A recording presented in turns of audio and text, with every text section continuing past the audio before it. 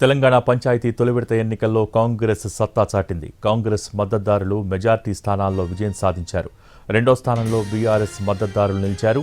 ఏకగ్రీవాలతో కలుపుకుని కాంగ్రెస్ పార్టీ మద్దతుదారులు 2383 సర్పంచ్ స్థానాల్లో జయకేతనం ఎగురవేశారు. సిద్దిపేట మినహా మిగిలిన జిల్లాల్లో కాంగ్రెస్ పార్టీ మెజార్టీ స్థానాలను కైవసం చేసుకుంది. పలుచోట్ల గట్టి పోటీ ఇచ్చిన బీఆర్ఎస్ 1146 పంచాయతీలను సొంతం చేసుకుంది. బీజేపీ 181 సర్పంచ్ స్థానాలు సాధించింది.